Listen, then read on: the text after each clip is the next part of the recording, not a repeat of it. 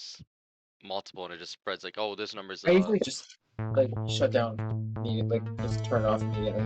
I just throw my phone away and get a new one. How many phones are you on now, Pablo? It's too many. No, I'm kidding. I have the same phone, security, we're okay. All right, Just have guys. partners. So let's get started. Thanks everybody for joining us today. We have a little change in the original plan that we had. Unfortunately, Milos wasn't able to make it. He was pulled in for something urgent. So we do have a replacement talk for the later part of the evening. Todd will be giving a talk on a day of the life of a consultant. So again, thank you, Todd, for filling in for that position. In terms of just general announcements, do have in the works still the Python workshop that we will be putting out more information on in the weeks to come. Also, just sort of like a public service announcement. We have become aware that there have been individuals or students who have been victim of a Discord bot or a Discord phishing campaign. So just a reminder, if you ever get links on Discord, same thing with emails, be cognizant of what you click on, and don't click on things that even though they may seem legitimate, just be aware that, not everything is as it appears. So those are the two main things. In terms of the agenda for today, we're going to be doing the news roundup, and following that, we have our first segment that we're hosting on practical protocol practice, and that will give audience an opportunity to try using different protocols to connect to a server, and I think you guys will actually really enjoy that one. And then following that, we'll take a break. And then Todd will be giving his talk on a day in the life of a consultant. So up next, let's start off the news. Awesome. Thanks, Nash. I want to quickly just add something onto that Discord thing. I've been getting a lot of spam from like people that I've never met before. Just from like random servers that I'm signed up to. But the most recent actual one that I think Nash is talking about, I actually received a free Nitro link from a very close friend of mine. And if this was any other message, any other link, check out this tune, check out this movie, whatever, I would click on the link. But the link just seemed fishy, and I never asked him for free Nitro or anything. So my very close friend sent me this link, and I messaged him. I said, this link looks really malicious. I'm not going to click that. Sorry. And he messaged me right away. He's like, don't click it. I've been hacked. So, don't just expect the malicious stuff from like random people. If it's a link that looks like it's too good to be true or it just looks funky, yeah, don't click it. That was my little 2 cents.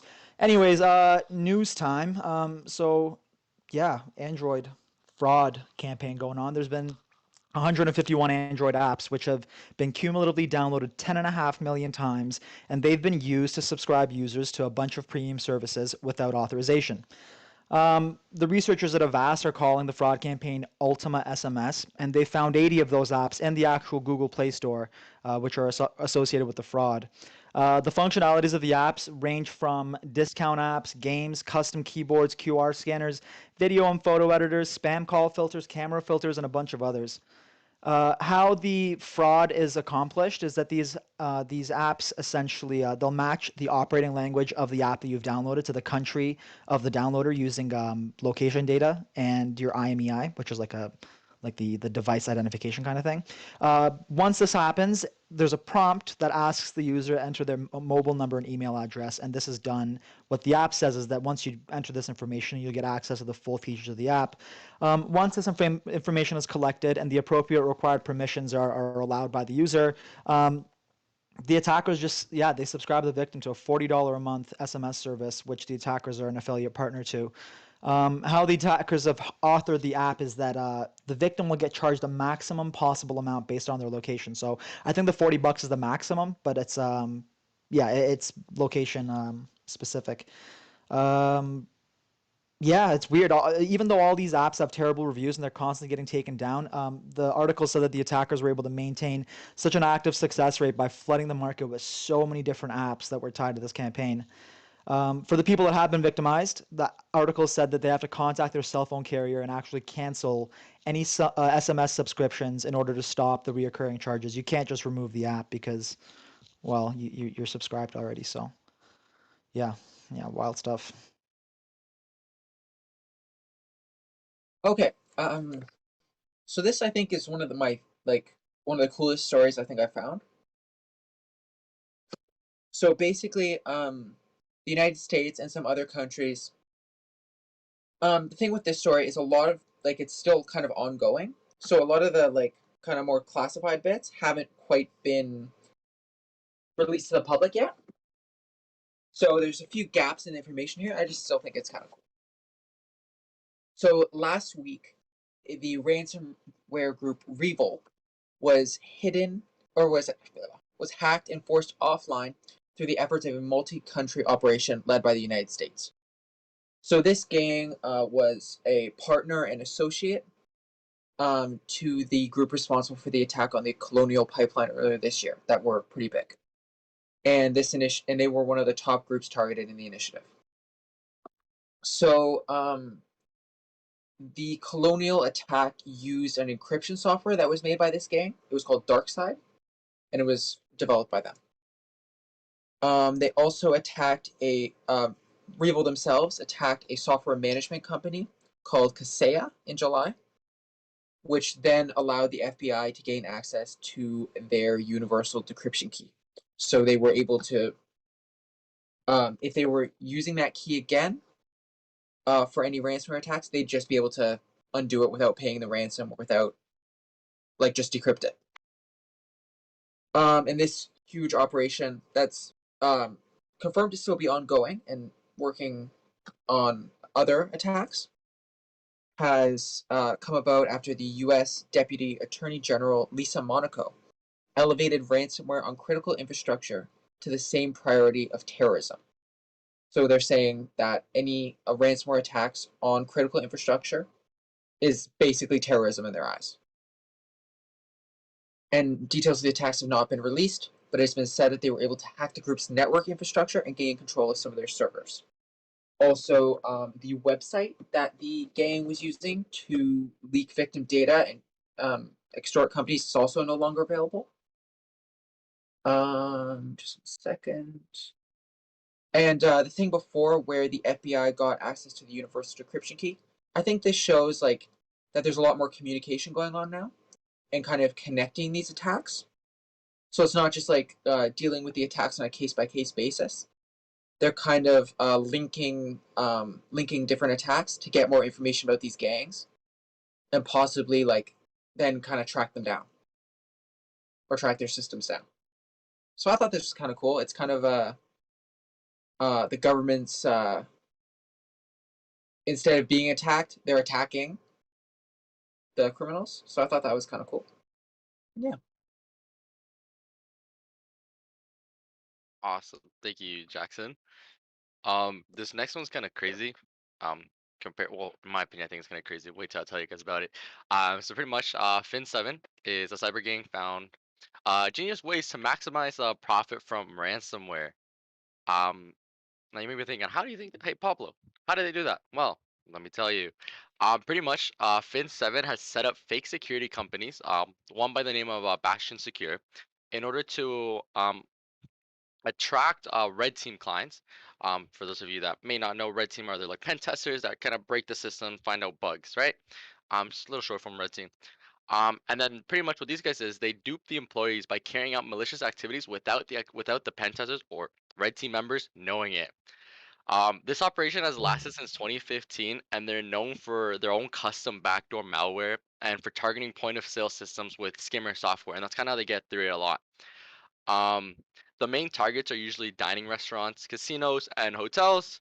And they're very successful at this since they've stolen more than 20 million customer cards and 65,000 individual points of sales terminals at more than 3,000 different locations, like business locations in like 50 states of America, which is kind of crazy to me. I'm like, how crazy because I've been doing this for so long and still getting away with it. Um, Pretty much, the Department of Justice rounded up that this is almost like $1 billion worth of lost financial come for these businesses. And pretty much how it works, just to give you a three-step rundown. There's three steps. In the first, they interview it, kind of like you do with an interview if you had a job application. Very simple interview. They just kind of give you very simple questions, mostly about web application, just to get to know who you are, one person you are, and they'll ask you very simple questions. And if they like the kind of person you are, you'll go on to the second stage. The second stage is what they call the practice stage, is where they pretty much give you practice assignments, where the target is to simply is what they said is to be instructed to install a certain platform and conduct a series of practices. And this will be typically normal for these people because once again, there's like, oh yeah, totally, I know how to pen test. Let me try this. Um, but which they won't notice right away because they see a contract, they want to do it, they get money out of it. They don't see any red flags initially. But one of the first red flags that a quite experienced pen tester might see is they might see that one of the platforms they're trying to use or one of the things that they're using to infiltrate it's actually a Trojan called Lazar or Tyrant, which was called before. This is now called Lazar, or other way around. But either way, it used to be an old Trojan or remote access Trojan or rat that people would use kind of use as a backdoor. So um, some pen testers would notice like, hey, this is kind of fishy. This isn't a good thing to use. Why am I using it? But if no one asks questions and they moved on to the third stage, that's where they get put into the real assignment. The real assignment is kind of like the word says, they actually go into actual businesses. And like I said, mentioned earlier, they put ransomware into these businesses like the casinos, hotels, or dining restaurants. Pretty much in this final stage is where you actually go and collect very personal data. And it was obviously tell that this was a criminal activity because they would ask the person to collect information such as domain administrators, domain trust relationships, file shares, and many more without any legal documentation or explanation, which is already like the biggest red flag saying, hey, go collect all this personal information from this place and give it to us. No paperwork, no legal documentation, no reason why, just give it to us. So that's why I thought, wow, these guys are really profiting from tricking red team members into like infiltrating and giving out ransomware out to small businesses with very low security. But yeah, that I thought that was crazy. Seems pretty legitimate to me, man. I don't know what's so crazy about that. Looks like a. I'm just Like kidding. yeah, like Uh, someone like if someone approached you saying, "Hey, I got a red team job for you. You'll get paid this seems much. legit, Just man. I do don't it." know. Your first instinct is to be like, "Yeah, let me do it," and then later on, be like, "Oh, wait a minute, that's not a good technique, and why am I grabbing all this for no reason?" Something doesn't add up, right? All right. Well, in the second ever known case of a heist being made possible due to voice shaping tools, attackers were able to steal 35 million bucks from a bank in Hong Kong. Back in 2020, this part kind of confused me. I don't know why the article's just coming out this week. If this happened, I guess some stuff had to get finalized before it could be made public or something. But back in 2020, a bank manager in Hong Kong was convinced to transfer $35 million after being given the green light by this director at a company with whom he was already in communications with. Along with this director of the company, a lawyer named Martin Zellner was also hired to coordinate this transfer. And when the bank manager was on his phone and he got the green light, was on the phone with this director and he got the green light to transfer the funds, he looked at his emails and sure enough he saw this lawyer as well instructing him on how much money and where to send it. So he went ahead and did it, and unfortunately, this was part of an elaborate scheme that you would usually expect from like a James Bond movie or a Mission Impossible movie, because the voice on the other end of that phone confirming the transfer was actually artificial intelligence. Um, at the moment, the UAE, along with help by American investigators, are currently investigating this heist and believe that the entire operation involves at least 17 individuals. The first known case or reported case of deep voice technology being used in a hack was back in 2019 when attackers tried to steal $240,000 from a UK-based energy firm by impersonating the CEO of that firm. I think that attack was unsuccessful, but this 35 million bucks was definitely transferred successfully. Yeah, deep voice technology, which is like just basically artificial intelligence based voice creation or manipulation, whatever. Companies are on the rise, and some of the leading companies are from London, Ukraine, and even Canada. These are, the best of the best in the world, and I don't know, man. I don't know. Reading this gave me the heebie-jeebies. I think we're kind of turning a different page in malicious stuff, and if this starts becoming more common spread, I can't even imagine what's to follow.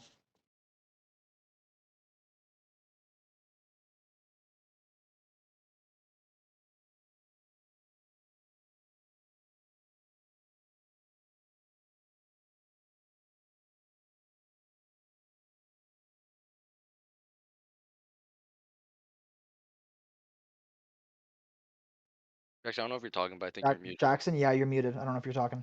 Forgot I muted. Sorry. So this Todd. next one is from a company called or a website called CoinMarketCap. It tracks and exchanges cryptocurrencies, and they say that they have found no evidence of a breach, even though there's a list of email addresses circulating on the not so good forums that matches accounts on its service. So there are 3.1 million email addresses, but no password hashes matching. So just the addresses. So this data was posted back in August on a password breach forum, basically saying like, I got 3.1 addresses from CoinMarketCap. If anyone wants them, like message me basically. And so, but then CoinMarketCap has done an investigation. They say that there's no trace of a breach on their servers. So they believe that the list was compiled from different breaches, like on different websites or different companies that kind of just happen to correlate. And so you might say, well, there's no passwords, like I can't get into the account. Why would I want this? Well, the reason is this is a list of people who are interested in cryptocurrency.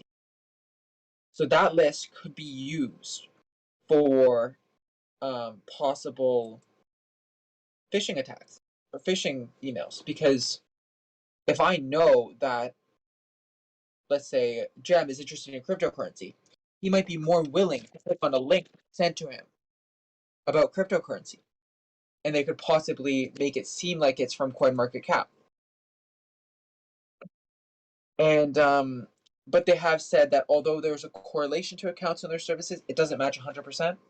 So it's not like 100% confirmed it's from them. It could just be kind of a coincidence. So thanks, Jackson. This one, I love the screenshot that they used for this article. So pretty much, there's a new malicious thing going on with Microsoft Office documents called Squirrel Waffle. Pretty much, it's malware spamming. Pretty much, this was discovered in the beginning of mid-September, and it was noticed when they saw the bootstrap Office documents working that affect the systems with Squirrel Office in the initial stage of the infection change.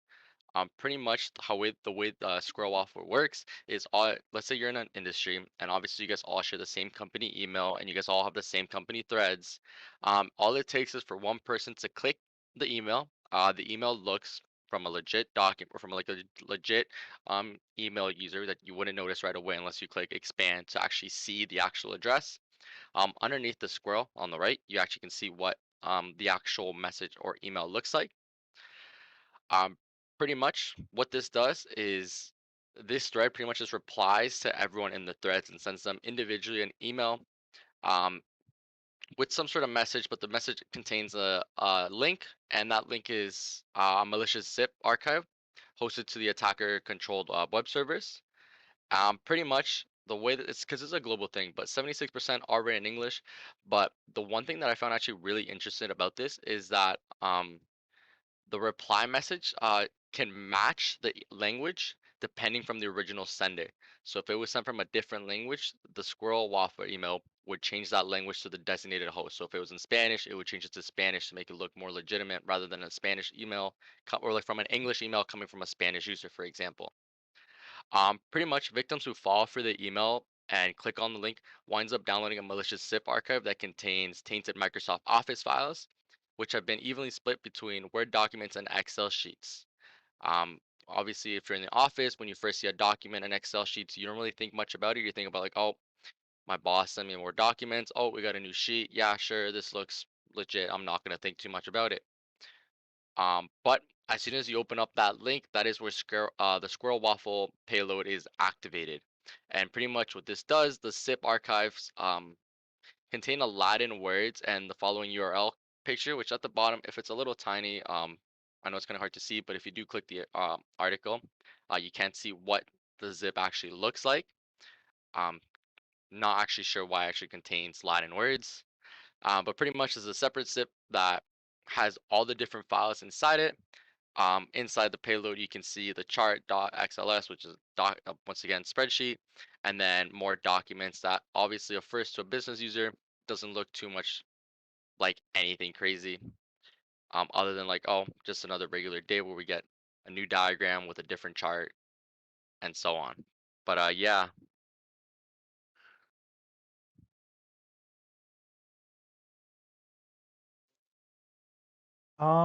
Yeah, very cool. That was insane. A lot of stuff has been happening with Microsoft recently. Okay, so a new rule announced by the Department of Commerce last Wednesday will curb the export or resale of hacking tools to China and Russia. There are a number of other countries of concern who will require a license from the Bureau of Industry and Security in order to obtain hacking software and equipment. The rule is not intended to stop collaboration of American researchers with their colleagues overseas. This is still allowed and encouraged in order to uncover software flaws and respond to incidents. The reason for this rule is that the hacking tools that it's trying to stop the sale of, they can be misused, right? They can be misused to undermine human rights, track and identify dissidents, or disrupt networks and communications. There's already export controls on products containing encryption, so this new rule only applies to products that don't have encryption or that don't have any encryption functionalities or features or anything like that. The rule not only applies to US companies, but also anyone who's selling US origin software or technology to develop other cyber intrusion products outside of the US. It's a multi-layered rule in the sense that if an American company wants to sell security software to governments like Israel, UAE, or Saudi Arabia, they will require a license. However, selling to non-government agencies of those same countries can be done freely without a license. However, if you're selling those same exact software to China or Russia, this will require a license regardless of it being government or non-government. With this rule, with the creation of this rule, the U.S. is nearly the last country who is a Wassenaar member, which I'll explain what that is in a second, to implement these types of restrictions. They're now joining 42 of their allies in the Wassenaar Agreement who already have such restrictions in place. And the Wassenaar Agreement is apparently just it's a voluntary agreement where countries impose export control policies on military and dual use technology. So stuff that can be used by the military and I guess private sectors. So this is nothing new. It's just the U.S. has taken really long to kind of implement these rules. And the reason for that is officials are saying that this delay, the reason for the delay was due to the complexity of the task. And since the U.S. has a huge cybersecurity industry, unlike some of the other Wassenaar countries, it was super important to make sure that agencies it was really important for the agency not to impede on legitimate cybersecurity work. So the reason why they took so long basically is because their cybersecurity industry is not like the other cybersecurity industries of the other members of the Wassenaar Agreement. So yeah, welcome to the 21st century. Okay, so this one kind of fits with what Nash was saying earlier, but I think it kind of takes it a step further. So threat actors have been using Discord as a hub to send malware and other malicious files. Fun, huh? So Risk IQ and Checkpoint, through their studies, discovered multiple or multifunctional malware sent-in messages. So these malware may allow actors to organize servers to then create channels for the sole purpose of sending more malicious files. So it's like they're taking over, they are able to use this to kind of take over servers, which then they can use to peddle more malware, pretending it's real. So if I went on if they took over the ISSessions server, for instance, I might put on a link that says, hey, come check out our new ISSessions website. and make sure to make an account. But really, when you click on this link, it'll install malware. Or if I tell you to download a file or something. So yeah, this has become more effective now because especially over the pandemic, Discord has expanded beyond its original scope because it was originally just for gamers. But now, as you can see, that we're here. There's clubs. Some businesses do their communication on Discord. All sorts of different communities. So it's able to hit a lot more things. And so some features of this malware include the ability to take screenshots, download and execute files, and perform keylogging. So they're then able to use this malware to attack machines that are downloaded on it, that downloaded it. It was also found that the Discord bot API, that is now used a lot, like we've used it for some events in the past, can be used to turn a bot into an RAT, or a remote access Trojan, which then you can use it for further attacks as a backdoor into a computer. And this also isn't the first time that security holes have been found or pointed out for Discord, but the amount of malware is only increasing.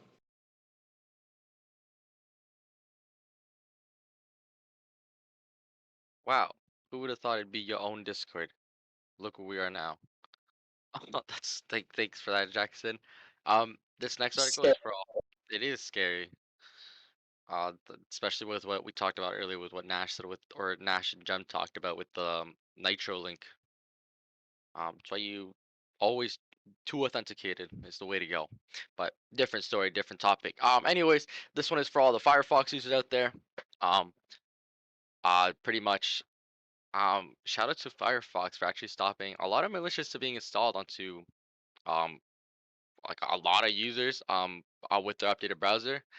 Pretty much Mozilla's Firefox team has blocked add-ons that were using the proxy API in order to prevent around almost 500,000 users from updating their browsers. Pretty much Mozilla's development team members Rachel and Stewart said that they discovered this misbehaving add-ons in early June, which was in the summer.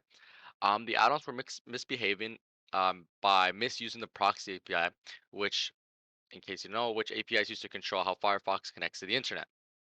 These add-ons were uh, pretty much catching a lot of sensitive data, and they had the ability to enable further malware downloads, and were tweaking lots of links that the victims clicked on in order to redirect them to phishing sites or ads. Kind of how we talked about before the session started, we did talk about some phishing scams. Um, they discovered that these bypass or these add-ons were called Bypass and Bypass XM, which once again were misusing the API to intercept and redirect users from downloading updates, accessing updated block lists, and updating remote configuration content. Ever since then, Mozilla has blocked the malicious add-ons in order to keep them from being installed uh, by more users. So shout out to Mozilla and Firefox for that. What system add-ons are a way to ship Firefox extensions that are hidden and pretty much impossible to disable and can be updated without the need to restart. So proxy failover has been shipped to both current and old Firefox versions just so this doesn't happen again. So if you have an old version of Firefox or a new version, Firefox has found a way to hopefully prevent these add-ons from happening on your user computer.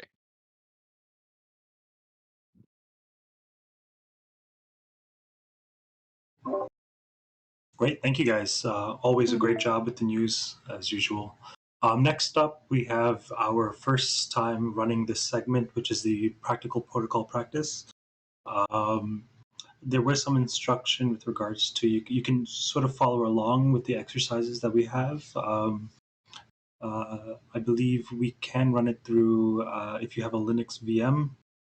Most of the demos that are going to be provided today is done through that. So without further ado, the content team, take it away. Thank you, Nash. Before we begin this segment, I would actually like to give a very sincere thank you to our team member, Kyle. He's over part of the CTF team, but he gave us no problems at all. I mean, we're one team. We help each other whenever times are needed, and pretty much you'll see why this is so important for this segment specifically, but pretty much Yelp set up a whole bunch of important servers that we're going to be interacting with for this segment. It's our first time doing something that's like, this hands-on just for a segment. So feel free to follow along. We'll have the host address, all that good stuff, along with login credentials, so that way you guys can have an actual in-depth experience. But again, if you don't want to and you want to just sit back and relax, we'll also be streaming the practical portions of it as well. So in the meantime, if you want, you can set up your Linux VM while we go on. But without further ado, um, welcome to Practical Pro Practice. This is a new segment where we plan on discussing protocols specifically. And in this week, we're going to be talking about the importance of unencrypted and encrypted protocols. So I will pass on the mic to Hashir. Hey, how's it going? Yeah, so everyone knows today we're talking about the practical protocol. But before we go into anything, we should just look at some protocols and get a quick brief about network encryption. So we have a general idea of the protocols and the four layers of the TCP/IP framework, but for the main ones in terms of ensuring data transmission, they fall in the transport layer, where we'd find the TCP and UDP protocols. And this is where the sessions are established and data packets are exchanged between hosts. So to actually answer the question, what is TCP and UDP? Well, they're the two core protocols that you find in the transport layer of TCP/IP. So let's actually answer the question now.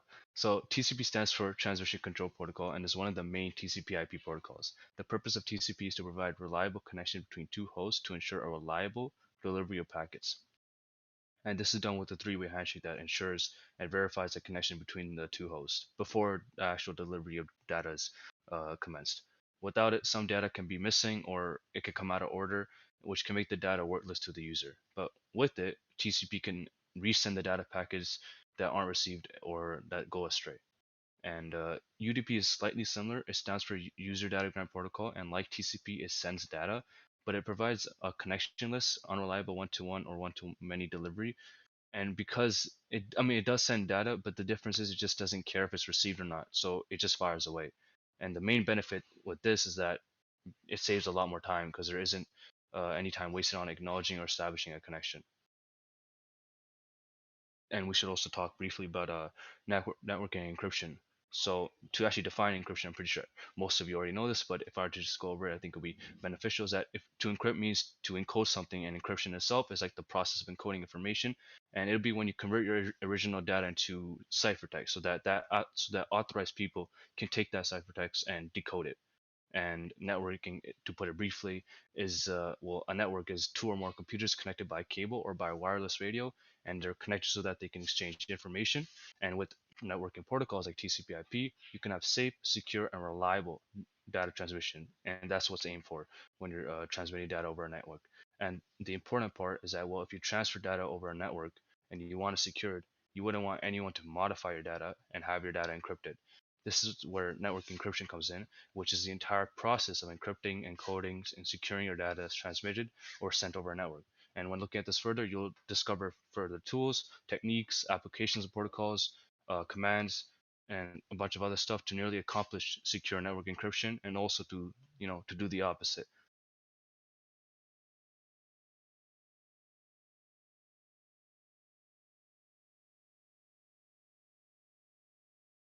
Had to mute myself again. So first about Telnet. So what is Telnet? So it's a network protocol which allows virtual access and two-way communication with another computer. So this communication takes the form of a two-way text-based communication channel and can be used for a variety of tasks on a server. Oh, next slide. It is So, they look similar. So what is Telnet used for? So nowadays, Telnet is pretty outdated. I believe it was made in like 1969. So, and it also doesn't use encryption, which definitely makes the uses a lot more limited.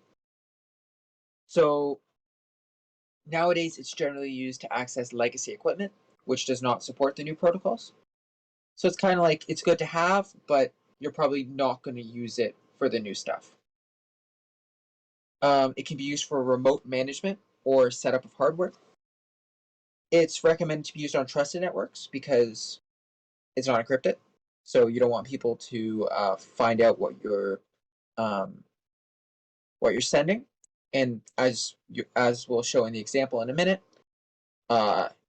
you can see a lot if it's not encrypted. But there are ways to make it more secure using authentications like Kerberos. Yeah, next slide. So the command is super simple. It's telnet, then the IP address and port number, or the host name. Pretty simple. And then there's some other commands here. Once you're in the telnet client, once you've logged in, that you can use to help you. So there's help, which opens the help menu that shows all the different commands you can do. Close, which exits the session. Display, which shows the parameters of the current connection. Environ argument, which defines variables for the OS environment. Quit, which ends the session and closes all active connections. Mode type, which specifies the file type, so either a binary file or a text file. Open hostname, which makes another connection on top of the current connection to the same host. And then set, which changes the connection parameters. And now we're going to do an example. If you guys want to, you can follow along using your own VMs. And if you do, use telnet to connect to telnet.issessions.ca. That's the server we've set up.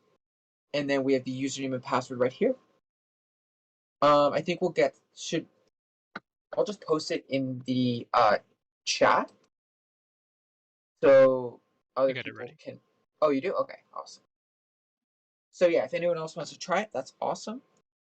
We're also going to capture we're going to show it in a minute, but we're going to start a Wireshark capture before we connect and log in. So we can kind of see everything that's happening and kind of follow along with the packets. So if anyone wants to try it, you can follow along with us, or yeah.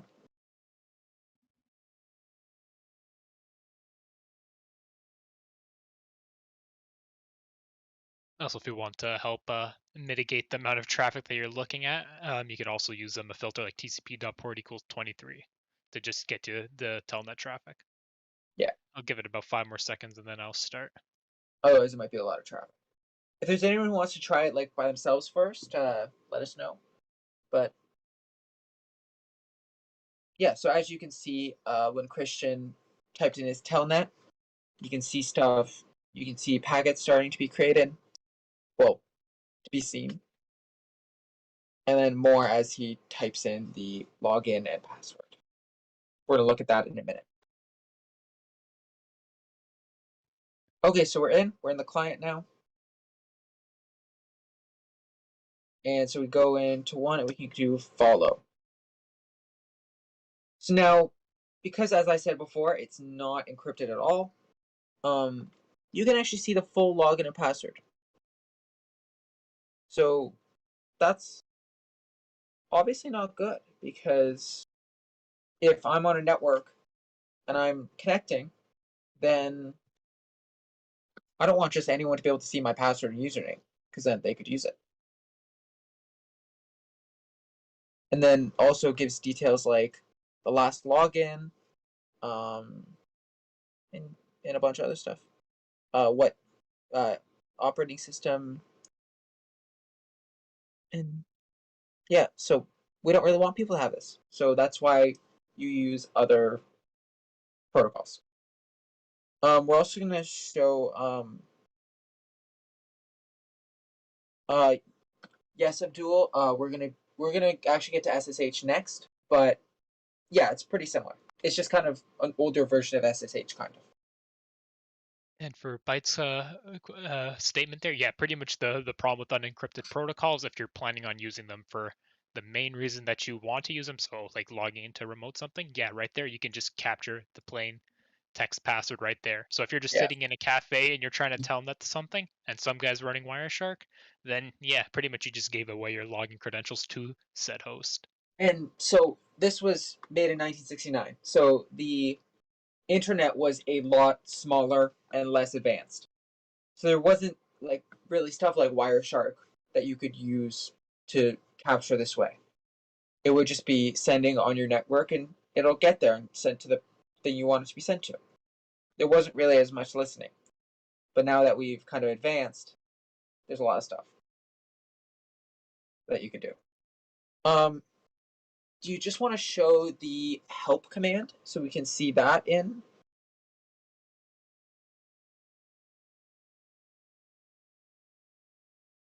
Yeah. Someone's also doing broadcast messages as well. Oh. Oh yeah, because wouldn't it would it show that? I'm not entirely sure. Would this? Because oh, never mind, never mind, never mind. So yeah, here you can see the whole command. So let's say, for example, someone um, opened from a file that had all the passwords um, on their terminal and their client, and then someone found the packet for it. Then they would see the output of all of these passwords, just like we see the output of the help command. If I was doing something like nano, where I'd read a file, they'd be able to see the output too, which obviously we do not want that. That is bad. And and yeah, so now we're gonna see the better part of that. So SSH. I think SSH. Yes, SSH is. Yeah, pretty much. Like Abdul said, yeah, this is a lot like at Telnet, but a bit more secure. But just like talking about Wireshark, it's crazy how just what was that like 5 minutes of us showing you very simple Wireshark and how it works, how much data you can really get from the user. So like you guys mentioned earlier, just sit in a cafe, if it's not a secure password Wi-Fi and you connect to it, run Wireshark, look at the packets, and then boom, you have literally all access to whatever user or website that enter. So just like heads up, always be careful when you go out in public to make sure that um all the websites are encrypted or to some point somewhat secure, not just public free Wi-Fi. I That's tend kind of to like stay away from those. on like your computer or your phone when it says like weak security or like people might be able to see your communications. Like that's kind of what it means. Yeah, like exactly for sure. Anyways, yeah. So SSH, what is it? This is pretty much is known as secure socket shell.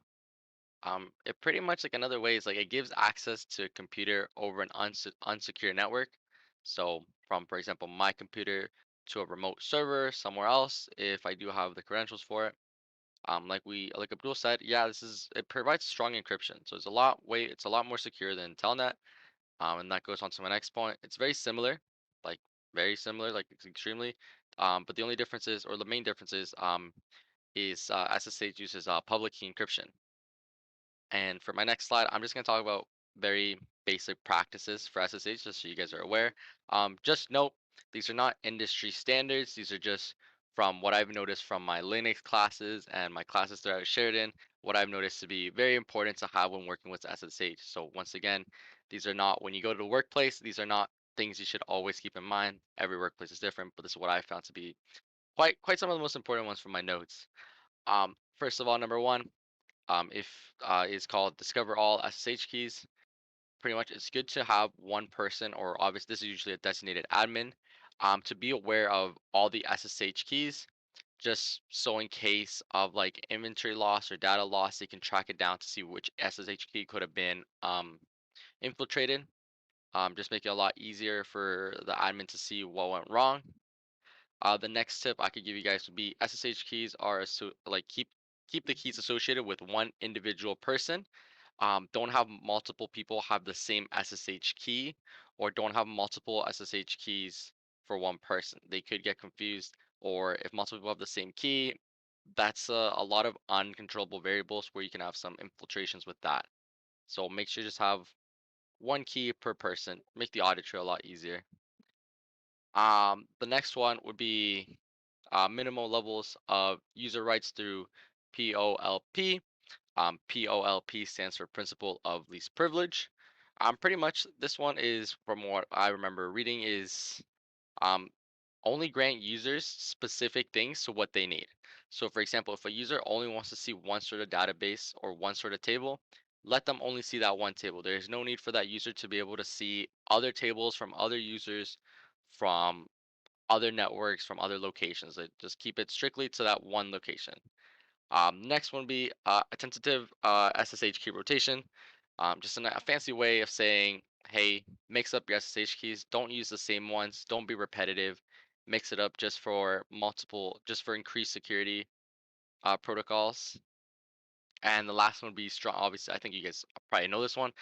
Strong passwords and passphrases for SSH users and keys.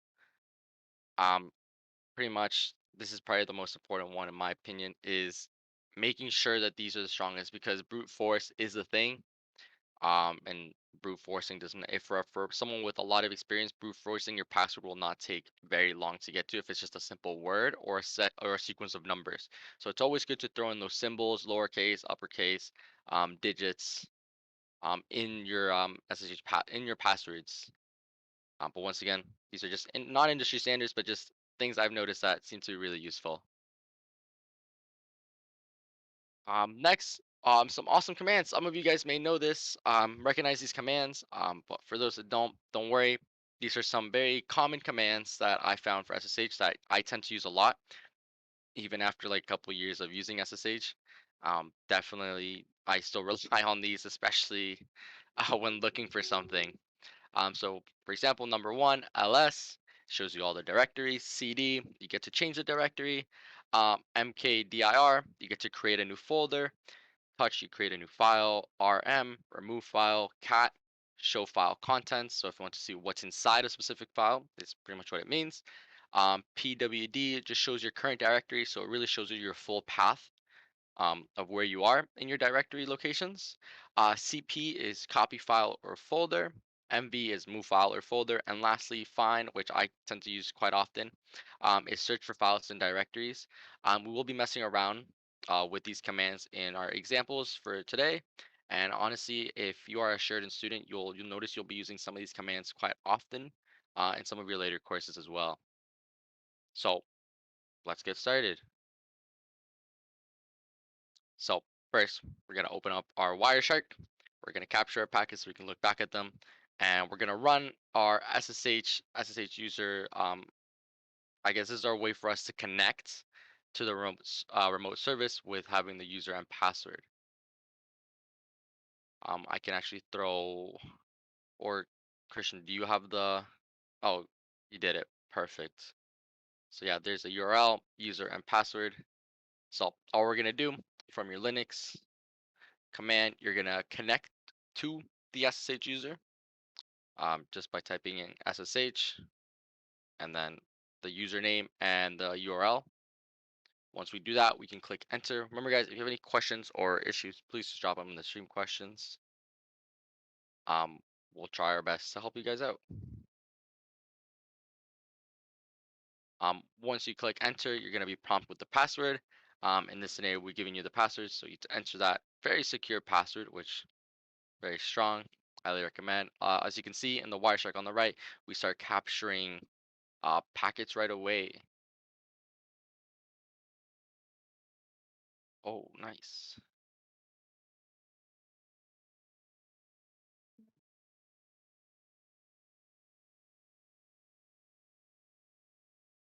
You've probably noticed right away, if you compare the traffic that you get from this, it's completely different from what you get with Telnet, and that's because this is the encryption doing its magic and pretty much obfuscating anything that would be important, and not just anything that would be important, but literally everything.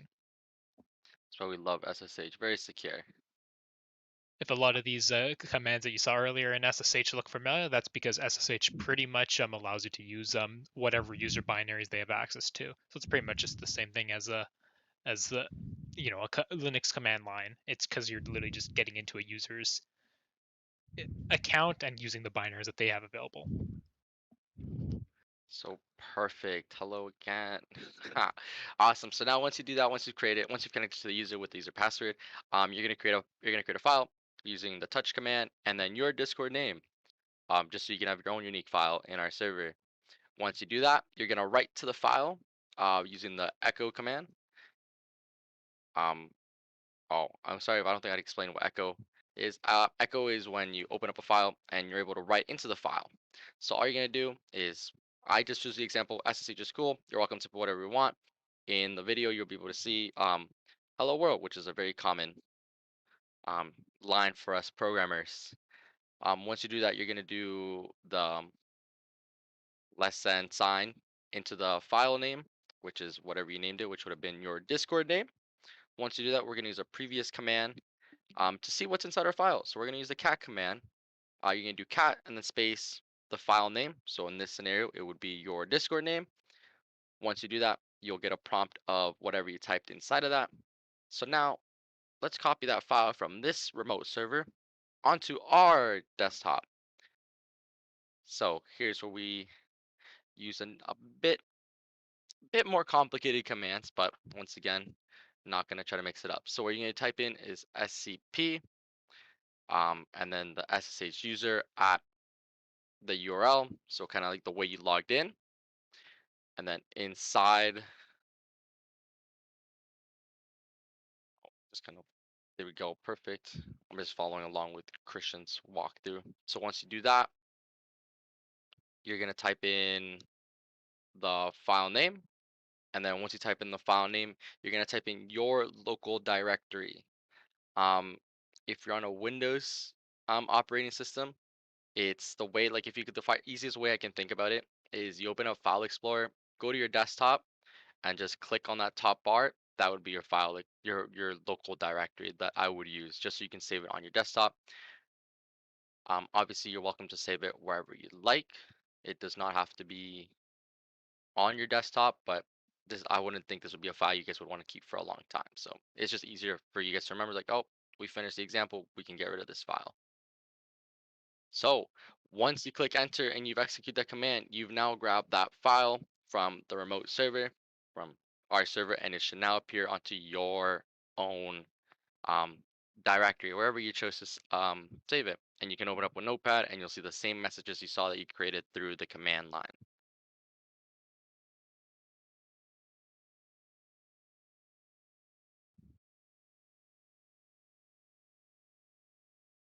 But if you guys have any questions, please feel free to ask, unmute, drop it in chat. Next we'll be talking about FTP. Thank you, Pablo. So after the connection, we'll like the normal connection communication, we will move on to the file transfer part. Next slide, please. So what is FTP? So FTP stands for File Transfer Protocol, and the name already explains itself. It is for file transferring. The FTP connection use port 21 and the it is a connection oriented protocol, which means it uses P. And it's FTP is unencrypted. At the later demonstration, you can see like similar as Telnet. You can see the username, password, file name to be captured on the Wireshark. And on the left side is a picture from the NCAA book mimic the FTP. And FTP is unencrypted. There's no confidentiality or integrity protection. So there are two modes of FTP. One is active mode and the other is passive mode. When you use FTP, you might notice that there is error message about the port. And this problem usually can be solved by changing mode from active to passive. So passive mode, sorry. So active mode, for the active mode, the client initiate the command channel on port 21, and the server will create the data channel on port 20 and on server side, and it will connect to the client side, and it will select a random port. So for passive, the command channel will create by the client side, but the difference is the data channel will also create by the client side. So why do we need this two mode? So due to some firewall configuration on the client side, sometimes server-oriented data channel would be blocked because client-side port is more selective than server. So to solve this problem, passive mode would be used because the client side can select its port and server usually have bigger range of ports to use. And this way can lower the chance of connection blocked by the firewall.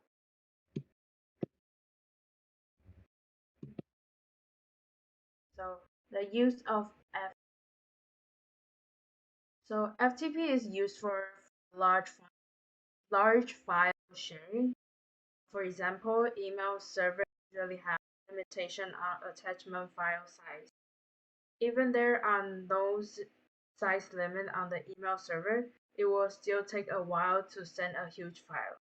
So FTP is a nice solution for this case. And remember, we have talked about FTP is a connection-oriented protocol. So if the session dies, FTP can sometimes start where it left.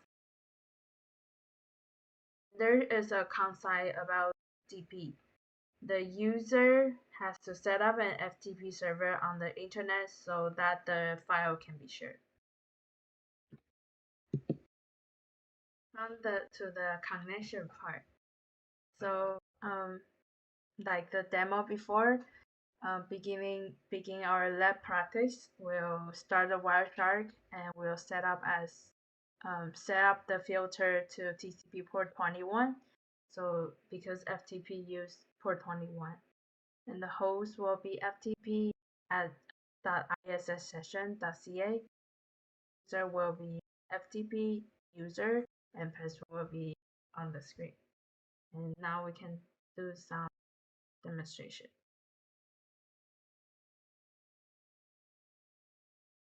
So first, we'll okay, you use PFTP. Oh, here question use PFTP instead FTP. Okay, you change it. Okay. So the difference between FTP and PFTP is FTP will enter the FTP server in active mode, and if you use PFTP, it will enter the FTP server in passive mode. So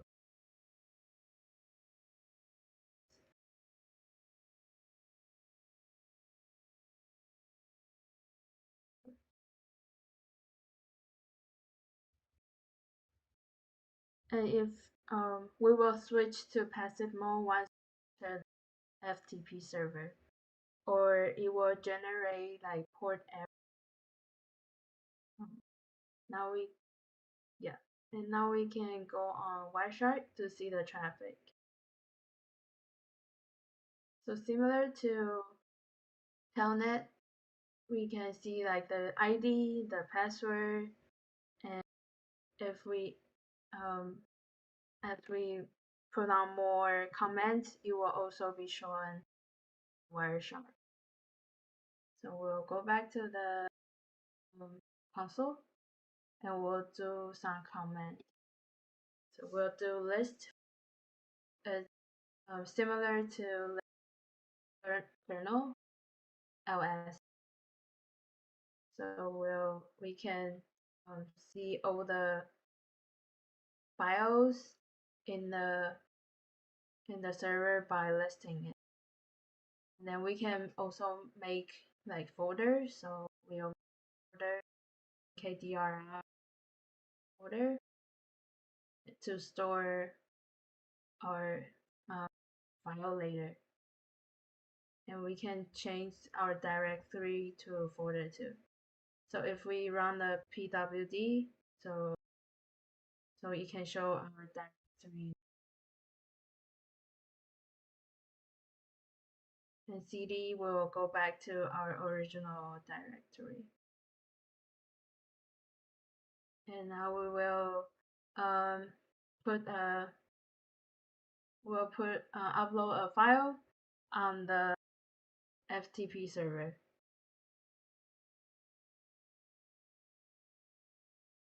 We'll use put, and the first URL will be our local file, and the second one will be our destination file location and file. So if we do OS again, we can see the file is uploaded.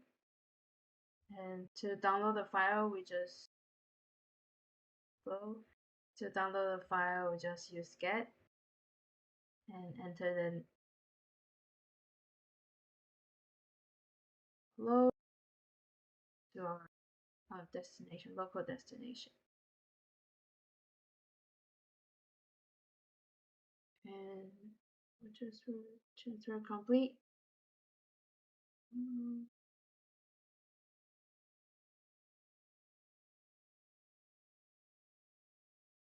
Okay. And now we can check our Wireshark to see all the traffic that we have created. So we can see all the command we use and all the file name we have upload and download. So that is the FTP demonstration.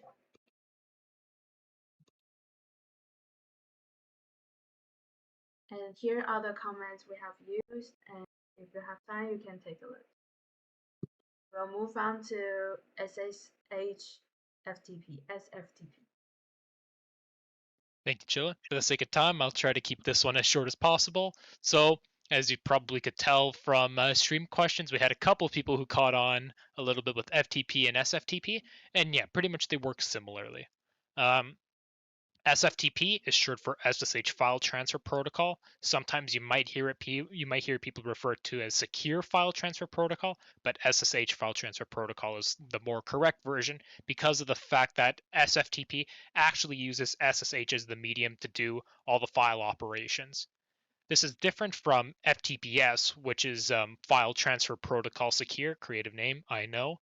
The main difference between these two protocols is the fact that FTPS actually uses TLS /SSL to do the operations. If that sounds familiar to you, you're probably familiar with it for HTTPS.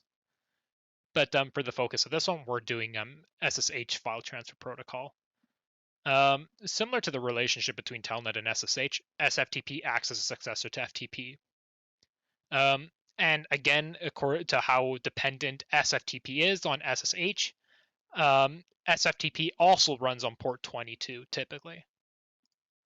So to get started with SFTP, while you might be unfamiliar with the command, the truth is that SFTP is actually a packaged part of most SSH builds. So pretty much if your computer already has SSH installed, chances are you have SFTP. If for whatever reason you don't have SSH installed into your Linux machine, you can pretty much do apt-get install, but this would only work for Debian-based distros. For if you're running Windows, recent Windows 10 versions should have it available at just the terminal level. If not, you can also opt for using WinSCP as well. Similar to the SSH command as well, you can connect to a remote host using SFTP, starting with the username at the host. And if you want to specify a port, you can do so with -p. And like with the other ones, what we're going to do is we're going to pretty much log into the remote server, and we're also going to use the filter in Wireshark as well to ensure that we're capturing the traffic that we want to. I'll go ahead and post the credentials here for easy copying and pasting, and there you go. So now what I'll do is I will bring it over here. I'll clear this quickly and restart our packet capturing over here. equal to 22. And now what we can do is we can connect with SFTP, SFTP underscore user at sftp.issessions.ca. And then following that, you'll also use the password.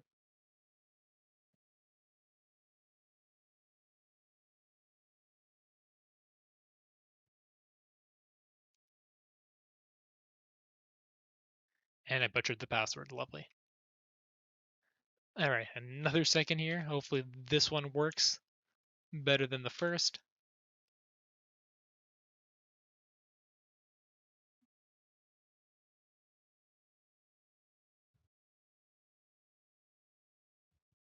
All right, so then if you go ahead and you follow the TCP stream, as you could probably expect, as you saw with the SSH, is that there would also be everything that you've transferred, all the credentials, anything that might be important or even unimportant will be encrypted, protecting your data, and as Chillin mentioned earlier, protecting both your confidentiality and the integrity of your data. Is there a character limit on the passwords for these protocols? That I'm not too sure about, but usually with these logins, these are pretty much, as far as I'm concerned, these are just the system. These are just pretty much with system accounts. These aren't like limited to the protocols themselves. These are actual like user accounts made on our Linux machine, and then we connect using those credentials to the machine. Did that answer the question, Byte? Okay, perfect. All right, so once you've logged in and you've checked the password, what we're going to do is we're going to move on to the next part, which is just viewing some SFTP commands. As you can expect, SFTP shares a lot of commands with FTP, but it also has some differences as well. So what we'll do is we'll just quickly mess around with some of them. For help or question mark, either works. You can view the help menu. With the many options we have, you can do quit, exit, or buy to close SFTP. You can use put to upload a file, get to download a file, cd to change the directory, pwd to see your current directory, and you can even escape to your local shell if you want to for whatever reason. So for the sake of time, we're just going to run the quick, we'll just run the help command so that way you can see how many different commands you can use with this protocol. And if you want to try doing something like hello world using the local shell, you could do something like this, where you start off with the exclamation point and then resume into the shell that you want. Another cool thing that you could do as well is if you just do exclamation mark, you'll actually be returned back to your shell while still having the connection active. So if you want and you click exit, you'll actually be brought back to the SFTP protocol itself. And pretty much that'll conclude our practical protocol practice. Be sure to let us know what you think about this more interactive kind of segment, and we'll move it over back to Nash. Thank you all. Good job, bud. Thank you. Thank you. Thanks, content team. That was really well done. So before we move on to the break, I do want to make a couple of quick announcements. I don't know if everybody is aware, but Sector is going on next week. We do have a couple of passes that we would like to distribute to the community. So if you stick around, we will be posting not a survey, but like a draw form. So just fill it out, and then we'll be doing a draw for the sector tickets. And yeah, so we'll take a break for about 5 minutes. So let's reconvene back at 8:20. Great. So thank you, Todd, for volunteering to give a talk today. So for those who don't know Todd, Todd Breacher is an offensive security consultant with KPMG. He's a 7th semester student at San Diego College who recently transitioned from co-op to full-time employee while he finishes his studies. His talk will focus on relatability student experience with job hunting and transitioning to full-time employment, and what it's like to work in the cybersecurity consultant day-to-day. So this talk actually, Todd had prepared for it as part of another InfoSec group. Connor, who is our CTF coordinator, actually has posted a link to join their group who's run by Ignatius Michael. So if you actually check out the partner stream channel, you'll see a link to join their Discord group there. And Todd also runs the SIC club, which is a sort of Seneca affiliated as well. So without further ado, you can take it away, Todd. Thanks for the intro. Hi guys, my name's Todd. I'm going to talk a little bit about a day in the life of a security consultant and see if I can translate some of my experiences that I've had as a student, establishing a foothold in industry into something useful for you guys. So let's get right into it. To begin, I'll give you guys a little bit of background on my experience and my career progression up until this point so that you know what you're working with and where you might see some relatability. We're going to talk a little bit about breaking into the industry and an approach that I like to think is kind of neat for looking at job hunting and securing your first position. I also want to talk a little bit about transitioning to full-time and what that experience is like, some really important strategies that I use to be able to transition myself, and then talk a little bit about my experience as a consultant. Part of the original goals for this talk was to highlight consulting work because it's really rewarding and really interesting work that I think a lot of people would really enjoy. So we'll talk a little bit about that. We've also got scheduled Q&A time, so if you want to stick around and ask questions, feel free to. So let's get started. So a little bit about me. I'm 26. I actually am a transplant into the security industry, having originally studied environmental toxicology. So I didn't start in InfoSec like many of you. I actually found my passion for InfoSec working on a gap year, and I'll show you that in a little bit more detail shortly here. I am currently a 7th semester student at Seneca College in the IFS program. It's a 4-year honors bachelor degree with a mandatory co-op, which is how I got started with KPMG. And I'm currently working full-time now as an offensive security consultant with KPMG's GTA practice. Independently, I'm working on EJPT, OSCP, and a couple of other related certs. But outside of work and outside of security, I'm interested in all kinds of nerdery. Gaming, custom keyboards. I just finished my first build, and all kinds of other tech, especially audio gear. My path to where I'm at right now has not exactly been a linear one. And I think that this is something that a lot of students can relate to, especially when you're early in your studies and you may not necessarily know exactly where you want to go. It can be a little bit unsettling, but I'm here to reassure you that it's much more normal than you might think. And beyond that, if somebody like me, who was at one point a dropout, can now end up, in a stable full-time position, really enjoying the work that I'm doing and the people that I work with, you definitely can too. In 2015, like I said, I was literally a dropout. I had no idea what I wanted to do. All I knew was that I didn't want to continue with environmental toxicology. I had a really bad co-op experience, and maybe some of you guys have had good or bad co-op experiences. One of the really nice things about co-op is you learn what you do and don't like. And in my experience, I determined that toxicology was not for me, doing science for people who weren't scientists. So shout out to Connor, also a University of Guelph dropout there.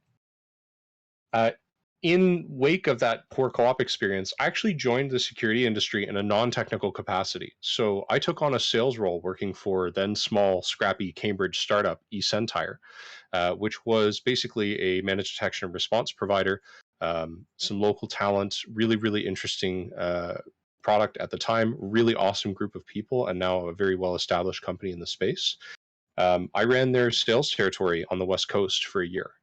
So basically all the businesses in California, Oregon, and dealing with law firms, finance firms, kind of getting my feet wet in the industry. But I found that sales really as a career wasn't for me. And I was looking to start my career rather than just keep a job. Instead, actually, what I noticed was that I resonated a lot more with the technical content that the solutions engineers and that the professional services consultants were delivering to the clients. And so I spoke with them and, said, hey, where did you guys go to school? That led me to enrolling at Seneca College in 2018, where I got back into my post-secondary as a mature student, basically to get a technical background. Since then, I've been working hard in school to be able to get into my first co-op position, which happened with KPMG just this past April and May. We started. It was a 4-month co-op placement, working for to support the offensive security team. They hired me back on full time in September, and my plan has always been to continue, working through the rest of my degree, finish it off part time. I think it's a really great dynamic that helps you stay engaged with security both on the clock and after hours, and most importantly, that it's going to allow me to continue and be independent in the rest of my studies. So that's where we're at now. Let's talk about breaking into the industry and specifically how we can maybe hack the job hunting process.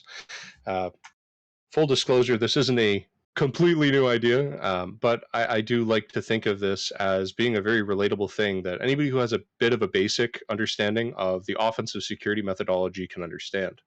To start, let's just recap my basic job hunting process. So when I got started looking for careers, looking for a position in information security, the first thing was to be looking on things like LinkedIn, Indeed, job boards, basically looking for the opportunities, right? The idea was, you want to go kind of a mile deep on every application as opposed to an inch wide, mile deep. Or pardon me, inch deep, mile wide. You really want to make sure that you're doing some research into the businesses that you're applying to and making sure that you understand how they work and who they work for, because that's really going to make you stand out as an applicant, right? With each one of my applications, I typically try and develop at least a rough strategy in terms of how I'm going to approach the interview, how I'm going to approach the application prep, and go for it. In the interview phase, if I manage to land the interview, that's where, I'm using my social skills and my ability to sell myself and pulling from my experiences, my background to really translate where I can deliver value for a business. And essentially, this is leveraging my unique background and my unique skills to kind of garner influence and make this go the way that I want it to go. And in the post application phase, if I get through the interview successfully, this is where, I'm going to document what worked, what didn't. Look at, what opportunities are coming up next. Is there follow-up interviews that I have to prep for? Is there anything that I should be learning off the back of this interview? So this is a pretty basic job hunting process. I think most people can probably relate to this or have done this. This is probably something, maybe that you're in the process of or getting ready to do. The reality is, this is actually pretty close to my pen testing process, and I didn't really realize it until I started thinking, oh, how can I tie this into offensive security? Pen testing is sort of a formulaic thing to a degree. Having really good fundamentals makes you able to approach all kinds of different environments, platforms, web applications, networks, with a really good understanding of how you're going to approach things. And in a lot of ways, this kind of parallels the job hunting process. In the first phase, you're kind of going to be looking into doing some recon, right? You want to understand your target in the same way that you want to understand a business, where you're applying for the job, where you're going to be trying to attack. You want to identify opportunities to attack and exploit weaknesses in that infrastructure that you might be going after in the same way that you want to identify your opportunities to engage with a business. How can you deliver value? How can you deliver a payload, right? And most importantly, in both phases, early in the process, you're creating a plan of attack, right? How are you going to approach this challenge? The second goal in a sort of basic pen testing process is, of course, establish a foothold. You want to get your foot in the door in the same way that you want to get your foot in the door of that business's office. It's kind of a funny, I guess, parallel here, but the reality is this is your first interaction in a pen test, in the same way that your interview is likely going to be one of your first interactions with somebody at that business. And so that initial exploitation or that initial interaction or interview is a really good way to kind of draw a parallel between these processes. You're using your skills, your unique offensive security skills in a pen test to do something like establishing a low privilege shell, right? A low privilege foothold in that environment. It's the same as your relationship with that recruiter or that interview. That is essentially a low privilege shell, right? And you got to document what works and what doesn't in both cases, because in the next phase, post application, or whether you're expanding your influence in your pen test, you're going to have to, lean on that documentation and your understanding of the environment. So once you've established that low privilege foothold, you're maybe going to be looking to expand your influence, right? In a job hunt, you have to do the same thing. You send follow-up emails to a recruiter. You might follow up with those people after hours, send them a thank you note. You might also go for later rounds of interviews. And in the same way, you're expanding influence in a pen test, like escalating your privileges or moving through the environment. You're doing the same in that post-application phase. So the key takeaway here is that if you approach breaking into the industry like an offensive security professional, you're going to find a lot of success, and you're also going to find that it's a lot like hacking into a target, right? Conducting a pen test. In this presentation, which I can share with everybody at the end, I've included 2 links to some kind of interesting parallel talks. One is social engineering your way into a dream job. It's a really interesting talk from a a marketing professional named Jason Blanchard that was delivered at DerbyCon 2016. Really, really awesome. Highly recommend it. And How to Hunt for Jobs Like a Hacker goes a little bit more into that idea of leveraging the offensive security kind of mindset for doing things like OSINT recon against your business targets, the people that you're going to be interviewing with, things like that. So definitely a really interesting talk.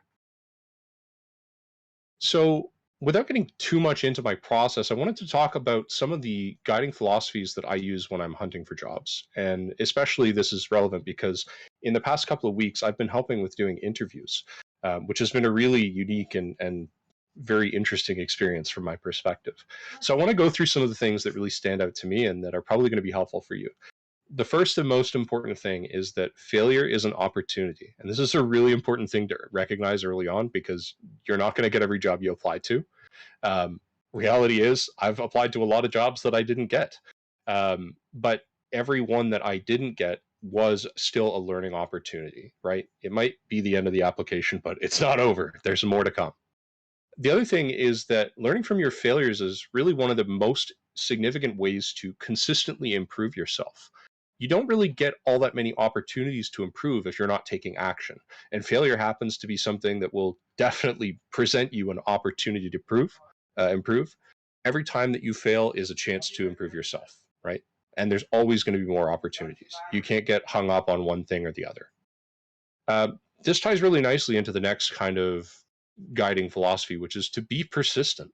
At first you don't succeed, try again. It's the old adage. Everybody's heard it. The reality is it's true. And it's especially important when you're hunting for jobs. You have to be persistent. You have to be diligent. And most important is to recognize that being persistent is a practiced and self-taught skill. You have to mindfully work on it. It's not enough to just say that you're persistent. You have to be persistent and you have to be conscious about doing it. Try to overachieve. I'm not going to get up here on this platform and say, just do more, because that's stupid. Instead, what I'm going to tell you is when you have the opportunity and when you're able to, try to overachieve. The reality is that a lot of the people that you're going to be competing with as an applicant are only meeting the minimum requirements. And going beyond those mandatory minimums is something that will definitely make you stand out to the recruiters. Every time that you work harder and every time that you overachieve, you are learning and more able to grow than anybody else who's, not doing what you're doing, right? All of that is going to make you an excellent candidate that's going to help you stand out. Another thing that's really important for students is to showcase your passions. The reality is that interviewers have very different expectations when they're interviewing students versus a full-time professional. Experienced professionals already should have quite a wealth of, professional experience to pull from that demonstrates their technical capacity and their intelligence, right? But students don't necessarily have that same pool of experience to pull from, which is why you should really lean on your passions. For one, they're really relatable. They help you quickly build rapport with your interviewer, right? Talking about your home lab, talking about your personal projects, talking about stuff that you care about and are involved with is a really good way to showcase your confidence and your intelligence. Of course, you're going to know what you're talking about. It's your project, right? It's a great way to demonstrate that you're passionate about the field and show to the employers that you're going to be a good fit culturally for, the content for the long term. You're not going to get bored. And that's a really important thing to highlight if you're planning on starting a career in information security instead of landing a job. The last is the most important single piece of advice that I can provide, and that is to focus on communication. The reality of information security professional roles is that they all require some degree of technical communication skills. There is no position that you will find in this industry that will let you get by without some technical communication. And you should focus on it because it's something that people don't often focus on and that almost every employer is going to want to see. It is extremely, extremely important to highlight that you have experience with technical communication by pulling from the resources that you do have. For example, at Seneca, almost every single one of our course projects, every single one of our major deliverables includes a technical, full written report. A lot of your projects probably will include something like that. And those make excellent, excellent portfolio work to show to an employer. Not only does it demonstrate your technical proficiency, but it highlights the fact that you're able to break things down, technical or abstract concepts, into plain language. And that's a really, really important transferable skill, whether you're a consultant or not. The last and most important piece that I'd like to highlight on that front is you have to translate your experience into some kind of relatable or relevant understanding. That can be from any one of your professional or academic experiences, though. I really like to tell people that I think working in a Best Buy or something to that effect is actually one of the best introductions to technical communication that you can get. Because not only does everybody understand what it's like to, go in and talk to a Best Buy guy and get some really stupid answer, have a poor experience with somebody who doesn't communicate well. But also, it's a really good way to highlight, customer service dynamics, communication dynamics, interpersonal skills, all those kind of soft communication skills that really good information security professionals have. So make sure that you focus on translating your existing experience, whether it's from your Best Buy jobs, whether it's from your customer service jobs. It's a great way to highlight those communication skills that employers really value. So let's talk briefly about transitioning to full-time. Essentially, there are kind of three guiding rules of thought that I have kind of, verbalized here. The first and the most important thing for me in transitioning to full-time was to be building a schedule. I need to be really organized. So for me in my life, daily and weekly schedules are really important structure. In fact, they're so important to me that at the end of every workday, I actually set aside time that's dedicated to building my schedule for the next day or the next couple of days, depending on my tasks. I try and account for both personal and professional commitments in my schedule so that I can make sure that I always have time for myself and that all of my tasks do have a sufficient amount of time allocated. I think that it's really important to focus on building your schedule and making sure that you have that structure while you're transitioning into full-time going from college. The reality is they're very different dynamics. In your classes, there's not really a lot of accountability, and you don't necessarily have to be working during a fixed time period. You just have deadlines. In the real world, you do have a lot of accountability, and you do have to be present during specific hours, and that's important that you understand your obligations. The second is to work hard. The reality is that in transitioning to full-time, you're going to have to put in the hours that you need to accomplish your tasks. And you might find that full-time work is more or less work than your college program. It really does depend on what you're doing in school and what you end up doing ultimately in industry. The reality is that the independence that you might have developed in your college studies or your post-secondary studies is a really, really big blessing and a curse, right? If you leverage it and if you are really great with independence and you're happy with that, that's a good thing in industry, because the reality is you'll be given responsibilities and tasks that you'll be accountable for, and that's all going to be on you. If you're not comfortable with that, that could be a problem. So you have to be conscious of your independence and make sure that you are actually working hard in the time that you're allocated. Don't be afraid to seek mentorship or assistance. The reality is that I would have had a much worse time in the position that I'm in now if I weren't comfortable talking to my manager or to my colleagues and seeking help when I've needed it. The reality is that when I'm working on presentation materials or when I'm working on technical review, sending that off for a sanity check or a second opinion is a completely valid and reasonable thing to do, and a lot of people aren't comfortable with it. The reality is it's not accepting a deficiency of your work or anything like that. It's seeking mentorship or assistance because you need it, and it's going to save you time, improve the quality of your work. It's going to be a good thing later. The last thing in this section is that I want to mention imposter syndrome, because it's something that everybody kind of deals with. You might have heard imposter syndrome before. Essentially, imposter syndrome is when you don't feel like you're fit for the job or the role that you're in. And it could be for any reason. It could be maybe you don't think you're technically sound enough. It can maybe be that you don't think you know what you're doing. The reality is a lot of people deal with this professionally, academically, or personally. It's a real thing. but if you work hard, you will get past it. The reality is putting in the time is going to produce results. Making sure that you're seeking mentorship or assistance is going to validate your thoughts, and it's really going to make you feel a lot more comfortable with the work that you're doing. The last thing, and I think maybe the most important thing that I want to talk about, is dissociating from work after hours. A lot of people don't really recognize this, but desk fatigue is definitely a thing. Burnout is really high in our industry, and the reality, certainly with consulting, is that your hours in industry are variable. They might be long, they might be tough. So dissociating from work after hours, when you have time away from the desk or when you have time away from your work, is really, really important. And this was something that I learned when I was working for eSentire. It's something that I've carried forward all the way through in my academics and my current role with KPMG.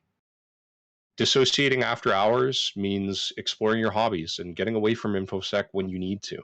It can be something lame and nerdy like what I've been doing recently with building keyboards. It can be video games. It could be going outside. It could be hiking. It could be camping, anything you like. But make sure that you explore your hobbies, your passions outside of InfoSec and away from office as soon as you can. Okay?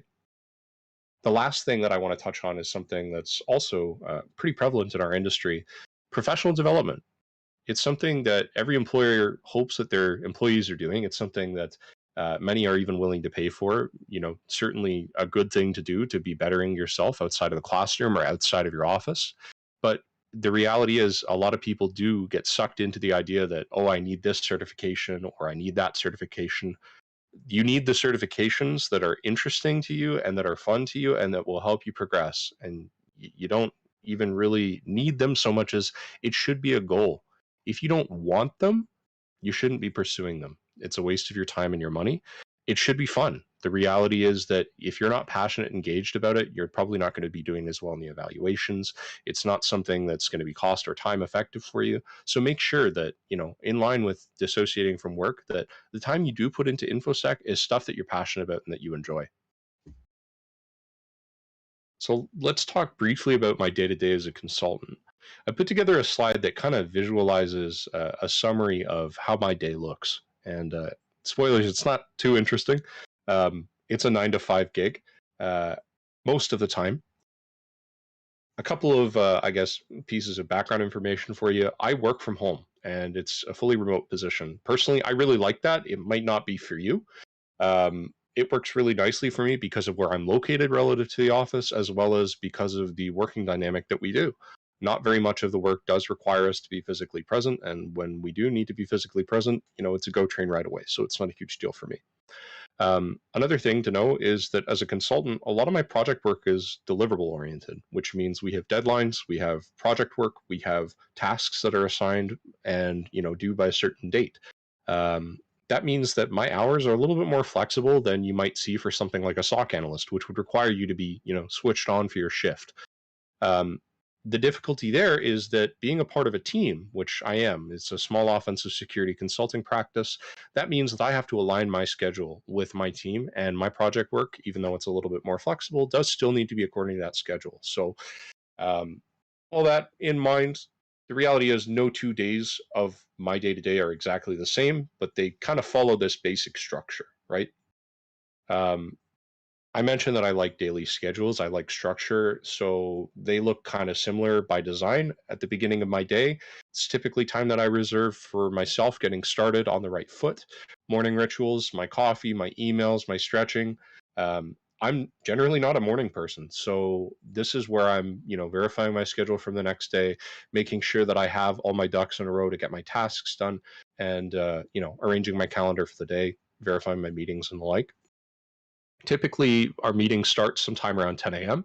and they can go throughout the day, but I like to schedule my meetings in the morning if I have control over that. And the reason being is that if I've had a little bit of time to wake up and get up from my desk, have a coffee, review my schedule, I'm much more alert and I'm much more capable of being at 100% in front of the important people like our clients or my manager or my partners, right? Lunchtime. Really important to take time for yourself. A lot of people get weird about like stepping away from the computer when they're working from home. They don't recognize the significance of having good food. Lunch is really important time, and the employer provides it to you. You should be taking advantage of that because if you don't, you're going to find yourself hungry. You're not going to be thinking straight. make sure you take that time. Book it into your calendar if you need to. Make sure that you get that. After lunch, I like to focus, and that's my heads down time. I typically do most of my focused like productivity work in the afternoon. That's when I'm most alert. That's when I'm most capable. That's when I'm feeling at my best. Um, that's when I, keep my working sessions booked. It's really important to make sure that you have the time that you need for all of your tasks in that day. If you need to, block it out of your calendar, mark it out of office if you have to. The reality is you got to have some of this time scheduled. And for me, it's the afternoons. And at the end of the day, it's my strategy time. So I mentioned that I think daily and weekly structure is really important for me. It's been an integral part of my transition into full time because I'm juggling both academic requirements and my professional requirements. So from 4:30 onwards is when I typically like to include my strategy time for the end of the day.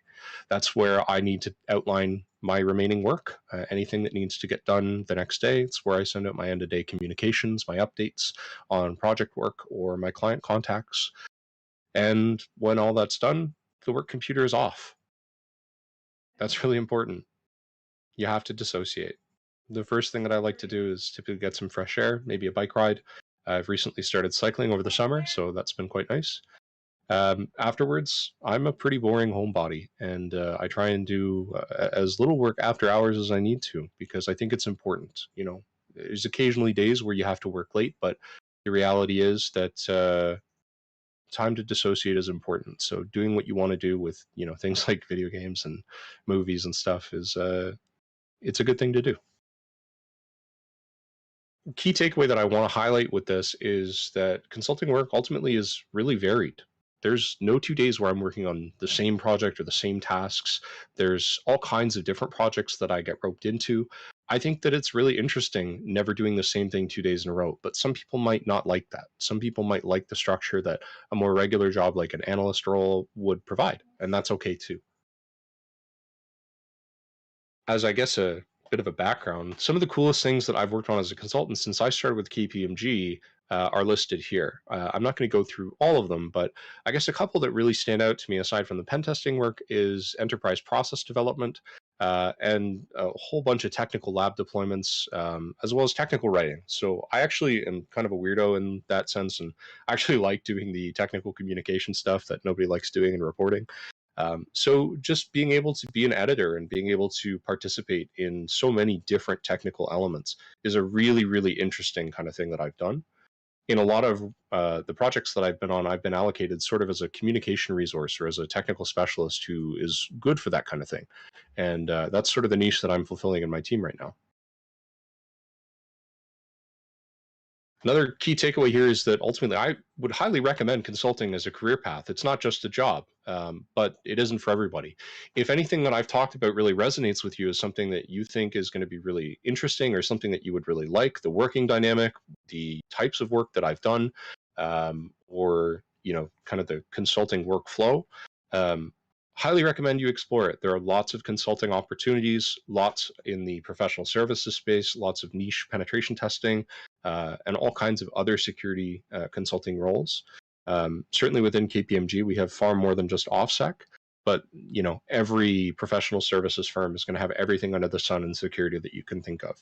There's privacy, there's incident response, there's offensive security, there's audits, there's standard development. Everything you can think of, you can find a consulting role for it. And that's the end of my presentation, at least the structured part. So at this point, I'd love to invite questions. If you have any questions about my background, anything that we talked about today, any advice, tips, my experiences, now's the time. It's all yours. Feel free to use the stream questions chat or unmute, I guess. Thank you, Todd. I actually had a quick question. How do you? I know you're doing a full time in school, right? Yep.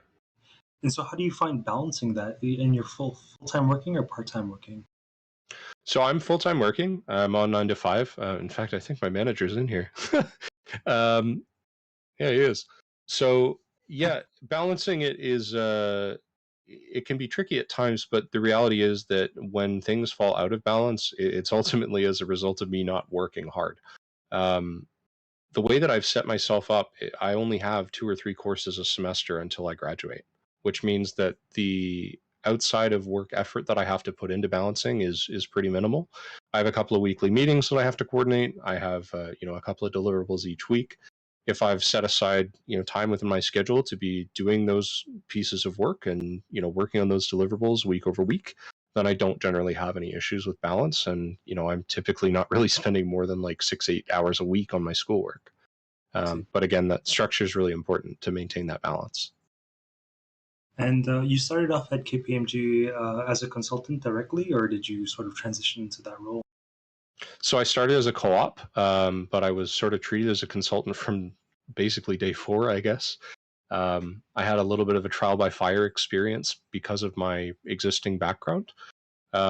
It wouldn't be the same for everybody. I think it really depends on the manager that you have and certainly your prior experience and what you're capable of. But yes, I essentially started as a consultant right off the rip. It's definitely possible to do. It's very rewarding if you have some experience there, and it's a good time. So any advice for people who sort of are looking into consultancy? What maybe should they sort of focus their attention on? Sure. So a couple of things that stand out. First and foremost, the recruiting cycles for, I guess Big Four and some of the larger consultancy firms are slightly different than you would find in other industries. You'll see that the recruiting cycles will typically happen 4 or even 8 months early. Reason being is that in a lot of cases, professional services firms do need to do background checks for you. There can be clearances involved at times.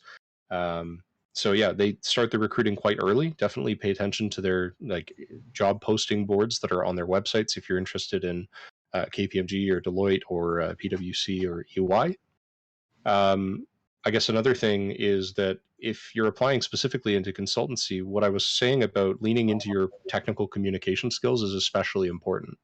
The reality of consulting work is that the majority of it is communicating with clients.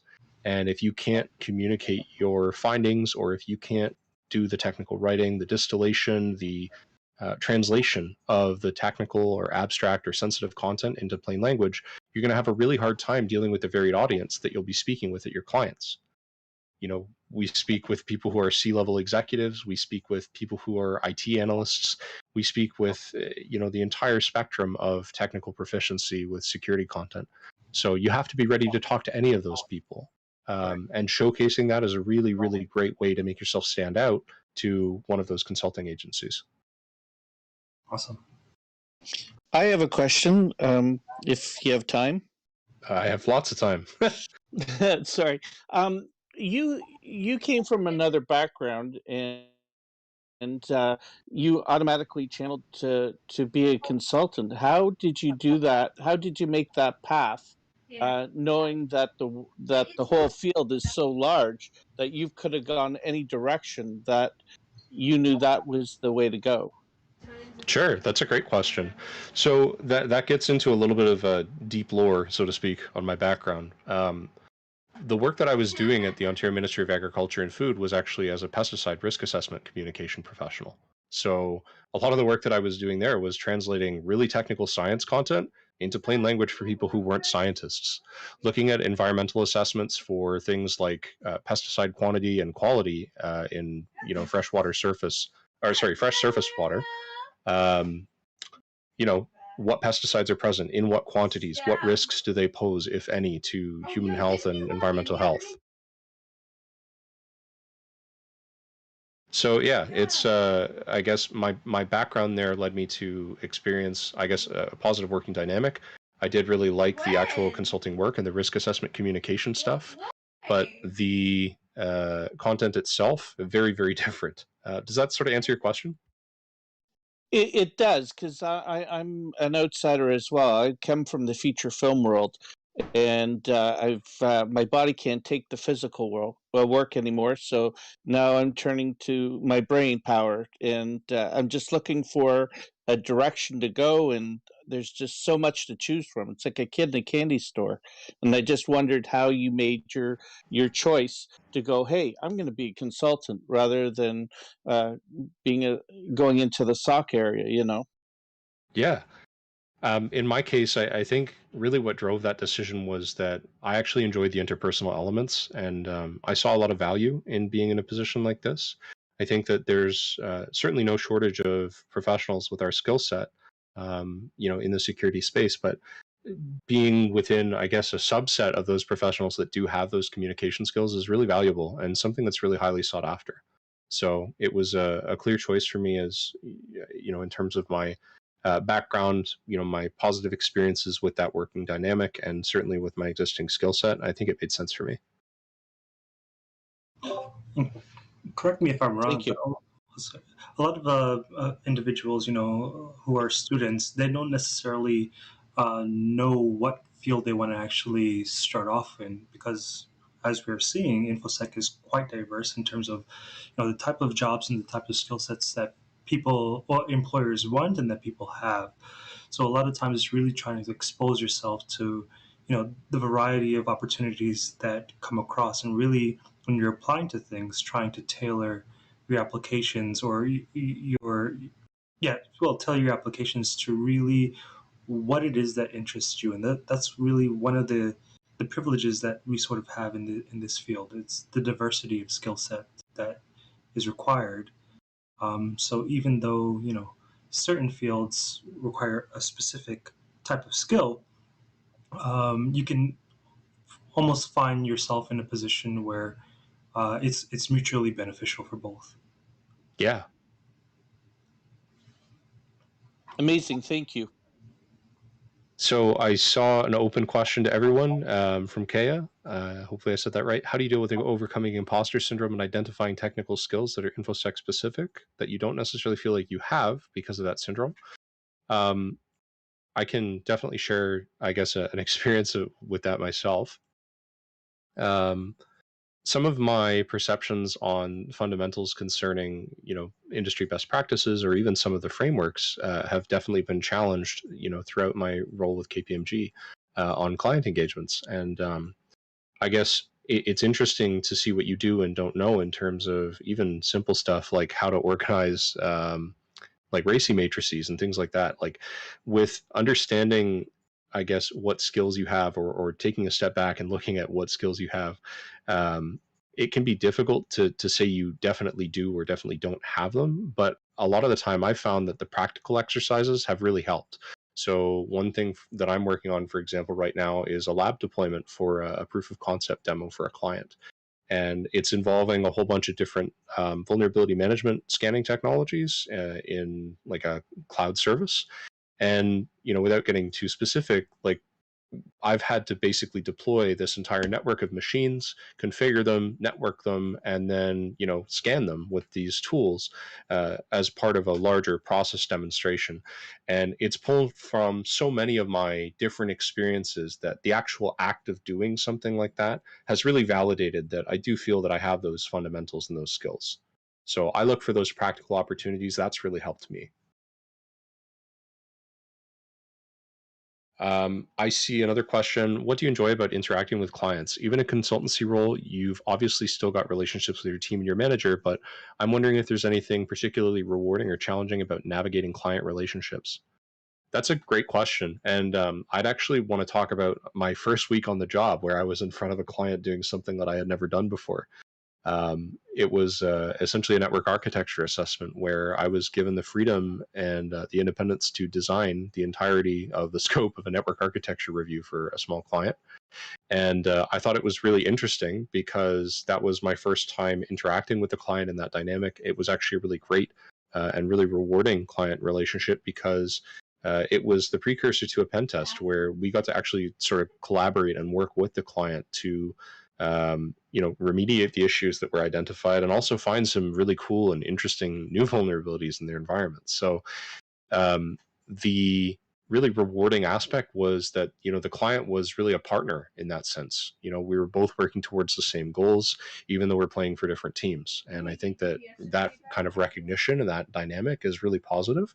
It really validates that what you're delivering is generating value when they're happy with that, and when you can see that kind of positive response to the work that you've done. And most importantly, when you're essentially preparing a champion in their organization for security, right?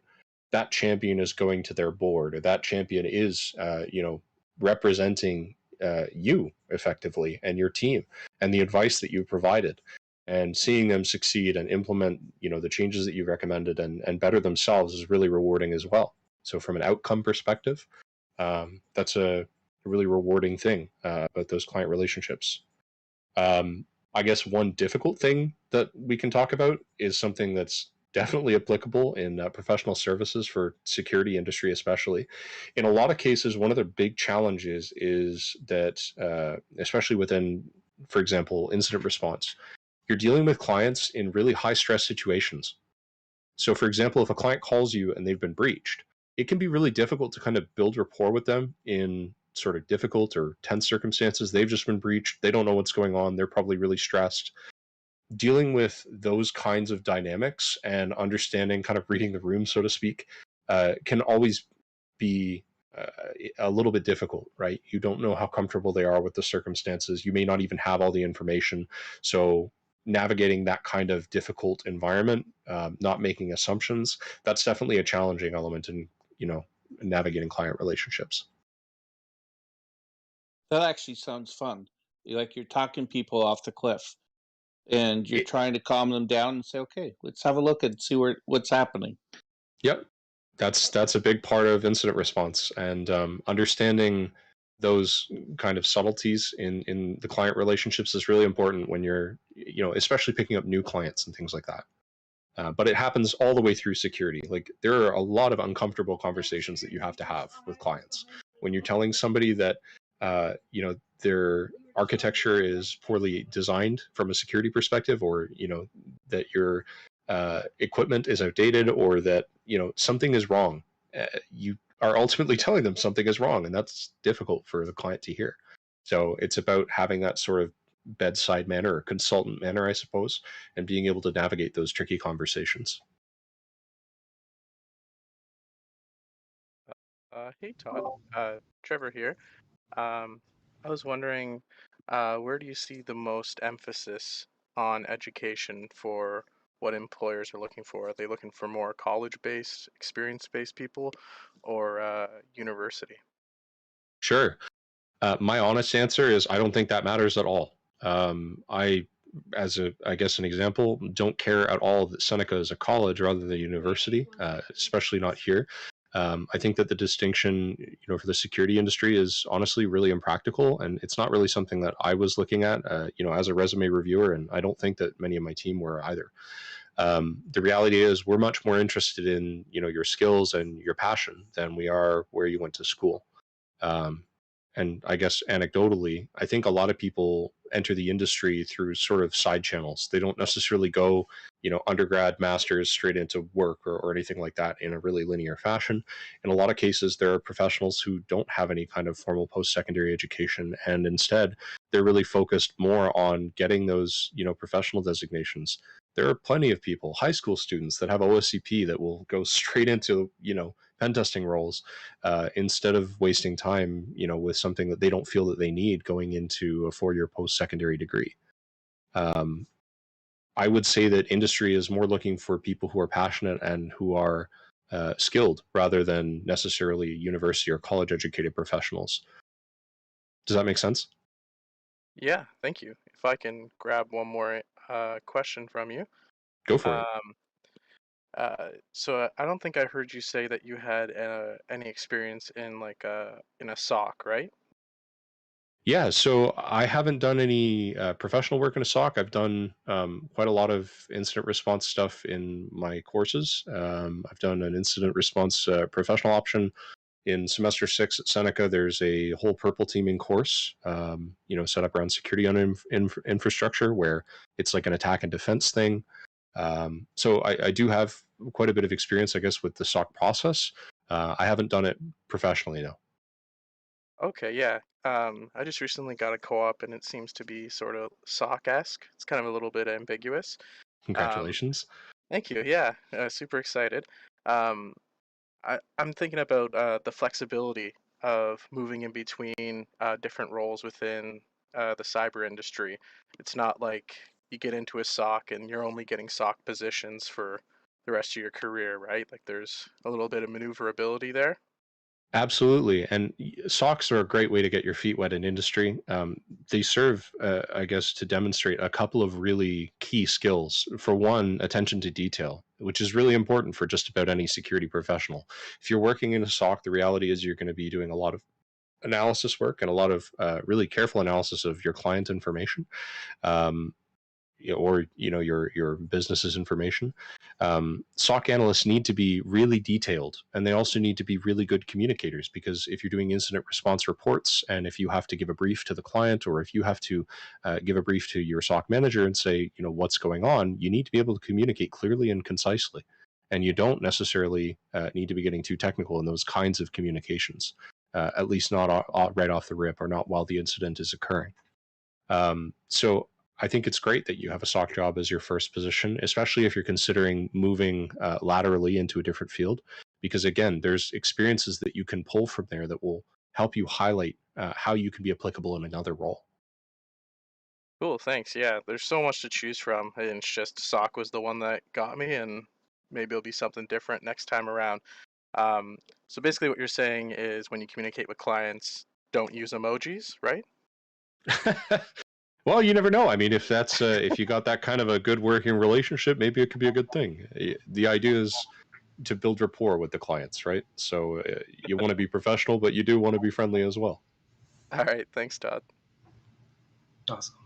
I think we have time for maybe one more question. I'll let Todd choose because there seems to be a lot of questions coming through on the chat. Pavin's been threatening me the whole time with him typing in chat. So, Costa, go ahead, brother. You gonna play Dota after this? I don't know. We'll see about that. We'll see about that. One, two That's the final question. I'm packing, brother. I got to move in a couple of days here, so we'll see. Come on, Pavin, ask a question. I know you're going to roast me.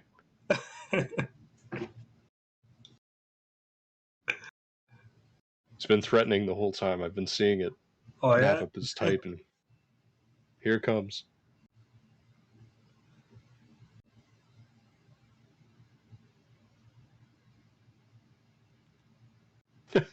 I was gonna say, Todd, a lot of people don't think about those soft skills, writing documents, standing in front of executives, answering questions, and it's probably the most valuable skill that you could get while you're in school. Just get the cringe out now as a student and become professionals when co-op time comes. I guess something to highlight is that we have a lot of opportunities as students to practice those skills, and maybe I didn't touch on this enough, but the reality is every single one of your project deliverables, every one of your assignments, every one of your course materials is an opportunity for you to practice these skills. And looking beyond your grades and understanding what you're learning and looking into the skills that are required to deliver something of quality is a really important step, I think, to moving towards being a professional rather than a student. So take those opportunities, push hard for the grade if that's what, gets you going, but try and look past the grade itself and look at what you're accomplishing and what you're learning and, what kind of deliverables you're producing. And I think you'll find a lot more success as you try and transition into full time. Just to slip this in there, did you have a portfolio when you applied for the job of schoolwork that you did that's relevant? Yes, absolutely. In fact, I showed off some of it and my home lab in my interview with my manager. So, I mean, it's a great thing to have handy. My portfolio essentially was 5 or 6 different course project reports that I had written up. One on social engineering attacks, one on purple teaming activity. I talked a little bit about my home lab and stuff. All of that is great content for a portfolio, and you probably already have it done. It's just about assembling the works that you think are really of high quality and that showcase both your technical and communication skills really nicely. Great, thanks Did for you your time. tell Ignatius how to get an A+ in SPR 600?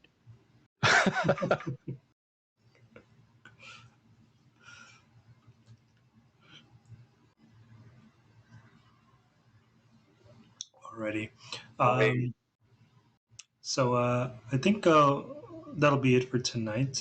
Thanks everyone for joining us. Again, many thanks to Todd for delivering such an amazing talk. I think a lot of us really did enjoy it, especially when it was so impromptu. Um, as I said before, we are going to be doing a draw for sector, as well as we're going to be putting out a survey with regards to how the event went today. So take some time to fill those couple things out, and yeah, enjoy the rest of your night, the rest of your week, and hopefully we'll see you again in about 2 weeks for our next session.